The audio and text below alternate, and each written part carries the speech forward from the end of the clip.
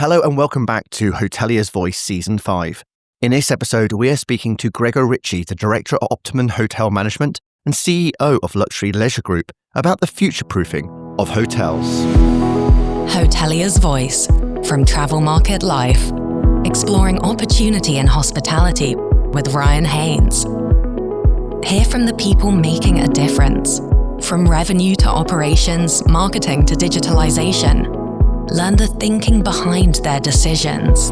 Gregor, thanks ever so much for joining us, and this time in person, which is wonderful for Hoteliers Voice to actually be here at one of your properties, Taplow House.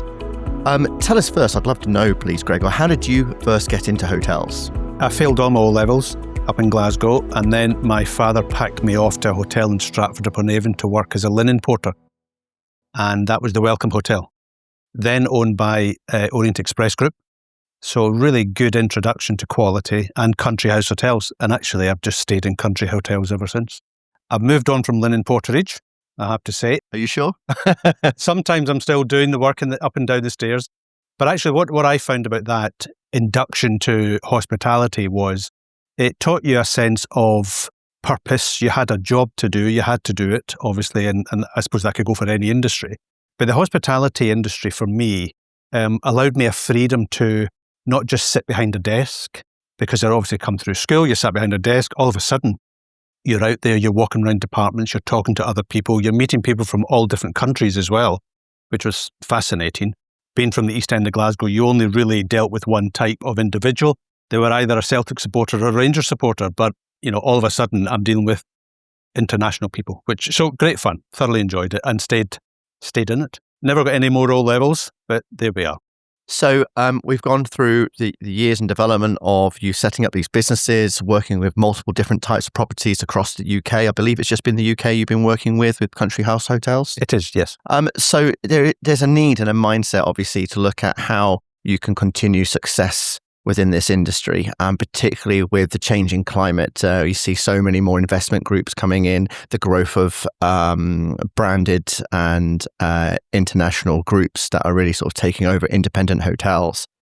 Why is it so important to be considering the longer term future of a hotel when you're setting about the planning and strategy and managing a property? Well, hotels have been around for a long time, hospitality. And they're still going to be around for a long time. The business is future-proof by the very nature of what they serve in terms of their purpose. People looking to stay away for business or pleasure, or coming to dine or recreational pursuits or whatever it might be. I think future-proofing UK country house hotels is super important because it's part of the DNA of Britain. You can go around other parts of Europe and if you take France, it's such a vast country. Spain as well. UK has got, it's quite small, and for every 50 miles you go, there's going to be another superb country house hotel. They are all over the place. And I think the investment back in 16, 17, 1800s of the big houses for the gentry, this house here was built by a politician way back in the 1800s, and the site goes way back to the 1600s. These are now beautiful hotels, and they are not going anywhere. They have to be maintained. So from future-proofing, you have to look at the actual physical nature of the building and how you prevent any more erosion or decay. They're Grade 1 listed. We have lots of battles with planners to make sure that we keep abreast of this health and safety legislation, compliance, but also it's still got to be fit for purpose. People want to come away to a country house hotel for the experience of what it used to be like. And I think nowadays, the future-proofing of country house hotels, you still need to have great management teams and great staff. You need to train them well. I go back to my days at Orient Express at the Welcome Hotel, where there was a grounding of good old-fashioned hospitality. And I think that little part is missing. You mentioned earlier about the brands coming in. The cookie-cutter approach, I think, is such a shame for some country house hotels. I think it works and it has its place in other sectors of the hotel industry. But country house hotels, I think, have to be unique. We have to keep hotels special somehow. So, okay, let's look at those key pillars then. What would you say are the key pillars to future-proofing a country house hotel? Good management. The business is run by people. There's lots of tech out there. You embrace tech because it will inform you. It will keep you on track. if you look at it at the right time in the right way.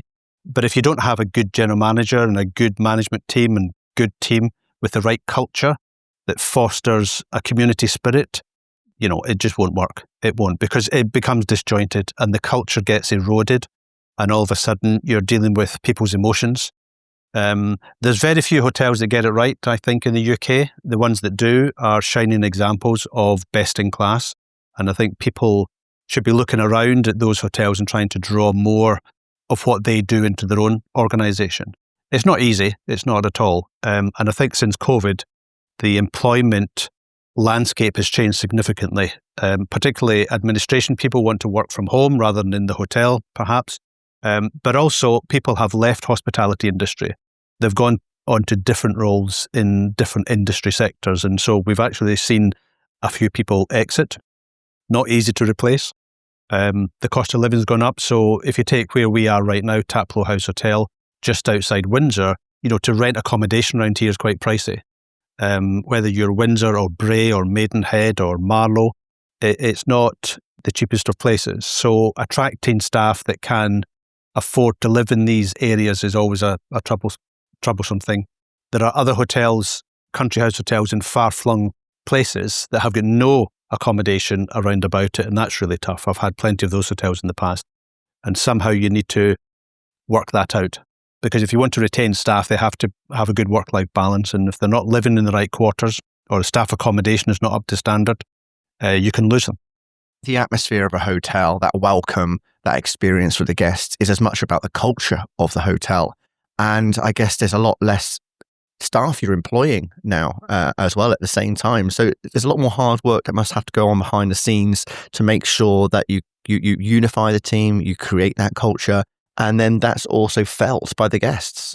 It is. I think the important thing of good quality hotels will retain a good staff to guest ratio.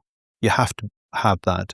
You can't be walking into a quality country house hotel and start to look for a barman or a waiter to serve you afternoon teas or things like that. So you have to maintain that ratio. If you maintain that ratio, you need income to protect the margin. And so you have to be good at marketing to attract the people in, and then you have to retain that customer. So it's a vicious circle. If you've got the right culture of people, that will come across, as you say, from a guest experience, and they will enjoy it and come back again. So, chicken and egg, I don't know.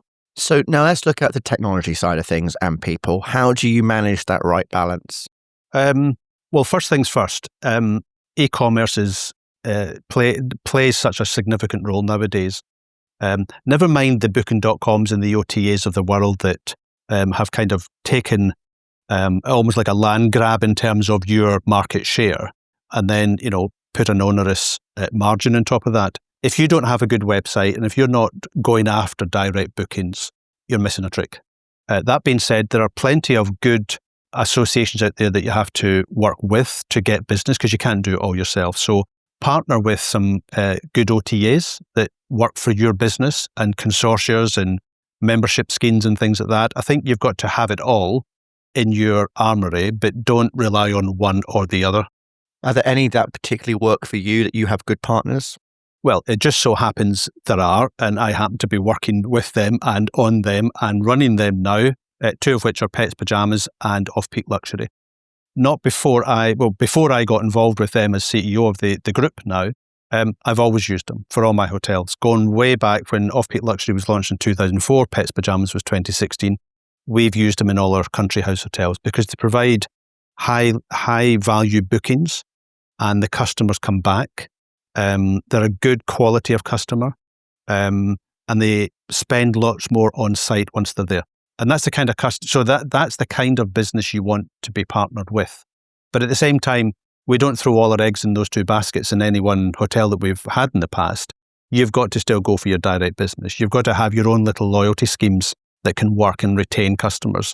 You have to make sure that the non-residential F&B that comes in, whether it's afternoon tea or just drinks or something, you're looking after them as well, so they want to come back. So tech is important. You've got to have a good PMS that gives you good reports. Your website is critical. I would always advocate a digital analyst to try and look at your business as well, and or a digital agency to help you work out the minefield that is Google, and pay per click and get your return on advertising spend and your site conversion and all those kind of things. They're all super important. To the normal hotelier, it's a bit of a minefield, so you need to have support in that. So you go to third parties rather than look to employ someone in-house for those sorts of things? Yeah, I think a hotel of this size, you can't afford to employ somebody in-house. You want to have the specialist knowledge, maybe one day a week or a couple of times a month, to get you on the right track. You can do a lot of your own research, which is great. Research is super easy nowadays. So read up as much as you can and then engage with an agency. There's a hotelier joining us today in a conference who's just done that beauty parade of digital agencies. And he's gone for a very small outfit because he knows he'll be a big fish in that pond for them. So he gets super responses from them and they're all over him to help and support, rather than go to a bigger agency where he's a very small fish. So I think that's an important thing. You've got to look what suits you as well. So revenue and profitability. First, let's look at revenue side of things. You are trying to cast your net reasonably wide to have multiple revenue income streams here, particularly at Taplow, and it's one of your recommendations.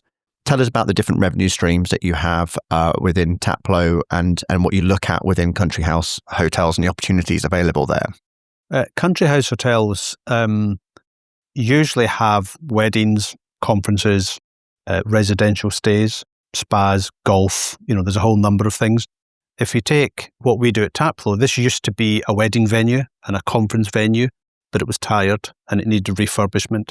And so 9 years ago, I think it was, we put in for planning for a spa and we transformed the business. It took us 5 years to get that spa completed through planning and COVID. But now we've got it. It's transformed the business. So we are a leisure destination spa hotel. We don't do weddings. We don't do conferences. And that was a risky decision, but it's paid off, thankfully. We've not done that with every hotel we've had. We've been going 18 years. We've managed about 30 hotels. Other hotels have to have the wedding market. They have to have these other elements. But here, it's predominantly leisure. And that's a growing market. The spa market is huge. It's still growing. There's still capacity. We couldn't build ourselves a big spa here because we were limited by the footprint. But what we've got is small. We've got 6 treatment rooms, manicure, pedicure, relaxation, big whirlpool outside there that takes about 12, 14 people. Sun loungers looking out over the lawn, cabanas. And that just gives a right mix and balance because all those people have afternoon teas or dinners or stay overnight as well. So it fuels food and beverage. I was going to say, it's absolutely perfect. I've experienced it myself. It is wonderful to be able to come here, have a glass of wine, have a platter, then go and have a nice relax time in the spa, and then you're able to get yourself ready for an evening meal. You can really sort of have that experience afternoon, whether it's with a friend or a family member. There's something there, and you're miles away. It feels you're miles away from anywhere else in this location, which is the benefit of Country House Hotels. You're not in the hustle bustle of a city, feeling distracted by anywhere else. You can have a walk around the gardens and just take your time in your own leisure. So profitability is key. A business cannot run unless it's profitable. But it's renowned within independent hotels that there is this perhaps sometimes overinvestment in vanity products. But what is the right balance, though, for that and independent hotels that purely focus on that profitability side? There's a lot of country house hotels in the UK that are owned by high net worth individuals or overseas investment companies and such like. And they can afford to do vanity projects, which might come good in the end. And that's fine. Horses for courses. The hotels I've had to manage over the past 18 years, and before that owned, and before that managed under an umbrella brand, the return on the investment has been important. The return on capital employed has been important. We've had all those KPIs on the board report every month, how we've been measured. We've had bank funding, so the covenants have got to be met. You can't breach covenants, otherwise you're in penalty and breach, and that's all catastrophic. So there's a number of things. We always approach our hotels that they have to be profitable. So whatever we do, the spa was a specific project here, and all in all, it was about 2 million to do this. But we've seen growth every single month since we've reopened on each month from the previous year. And it's been double-digit growth. The first time we did open the spa, within 6 months, we put £50 on the average room rate without having touched a bedroom upstairs yet. We do the bedrooms next year. because it has that kind of domino effect. If you've got a quality environment, and Taplow is a good example where it was sliding, and now we're probably double the turnover we were when we took it over, and that's purely down to the spa. So you can still spend money for the right reasons, but you spend badly. So you need to get your consultants around you, and they've got to be professionals that understand the cost of doing development. Just after COVID, if you remember, all these costs went sky high. Materials went sky high because there was a scarcity. And so we had fortunately locked in our prices. So the contractor, I don't think, was particularly happy about it, but we'd locked our prices in, so we were okay. Otherwise, that would have gone up 15, 20% over the timeline of doing that. The profitability is not just about investments. You have to get the day-to-day running of the hotel properly managed. So whether it's food cost or, as a linen porter, your laundry costs, all these kind of things. We can't do much about utilities. We can't do much about rates. Insurance costs are going up. Country house hotels, ever since some really serious accidents in country house hotels back in 2017 up in Scotland, the insurance companies have now drawn back from looking at country house hotels. There's fewer, and they've put the price up. So that's had a huge impact, let alone government legislation on national insurance and all that kind of stuff. So the costs do keep creeping up. So you have to keep on the bandwagon of how do we control our costs that are controllable. So all those variables have to be on a dashboard on a daily, weekly basis. And sometimes it's a nuisance, but these are the things that make a successful business. Routine has got to become the routine. So we've had that conversation today about your change management within Optimum Hotel Management. If you can tell me a bit more about your role within CEO and what you're trying to achieve through Luxury Leisure Group. Well, the Luxury Leisure Group was formed in December this year. We merged two companies, Pets Pajamas and Off-Peak Luxury. And we've now got 470 hotels that are all part of a web marketing platform. And it does super well for those hotels. It generates leisure bookings, predominantly on a negotiated package. So dinner, bed and breakfast and wine or afternoon tea or a spa or something like that. Pets Pajamas is all about the dog, as the name might. We actually had an inquiry for a monkey to stay at a hotel in the Lake District last year. And we fielded it and we got a place for the monkey to stay in a hotel, would you believe it or not? But that was quite a curious one. But predominantly it's dogs. 99.999% it's dogs. And it works super well because it's such a niche market. And here in Taplow, there's been 3 people. I've got my dog in the room with me today. You've got your dog with you. I do. There's 3 other people with dogs here today rolling around the grounds. So that platform is one thing. But we're developing that further. We've got other verticals to go where we're going to streamline it so it's more of a membership. I think there's a gap in the market for hoteliers. And we're talking about country house hotels. Our 471 hotels in the main are country house hotels. There's a gap there between the very expensive consortiums out there that do a great job for their members, and an OTA, that like a Booking.com or Expedia, that send you volumes and truckloads of people.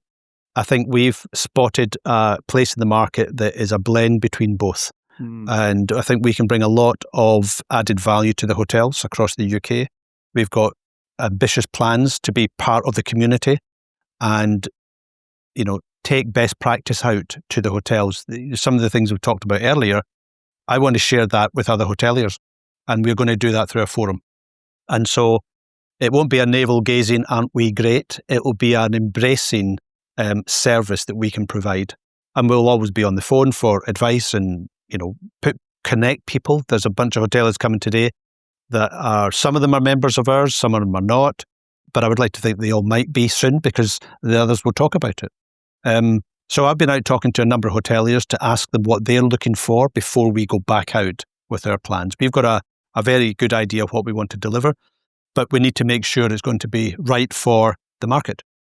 And remember, I'm sitting here as a hotelier, managed hotels all my life, and now I'm in a position where I can bring more back out into the hotels. So, I'm looking forward to it. It's a very interesting story, Gregor. The more that, we have the conversation, the more I learn, and the more you sort of are exposing of the ways that you're in touch with the market and tapping into the market for the industry and for hotels to be successful. And what particularly strikes me as a marketeer myself, is this focus on the high value guest, particularly from a revenue perspective, because if our industry, the independent hotels, are to remain profitable and to remain here, that is obviously the thing that they need to focus on as much as possible. So thank you very much for joining me today for the Hoteliers Voice Season 5. Really appreciate it. You've been joining me, Ryan Haynes, with Gregor Ritchie, the Director of Optimum Hotel Management and CEO of Luxury Leisure Group, for Hoteliers Voice on Travel Market Life. For more, go to Travel Market Life. The music Sensation by Zach Nelson is reproduced under license from Storyblocks. Travel Market Life is a Haynes Marcoms digital marketing agency production, serving the travel and technology industries.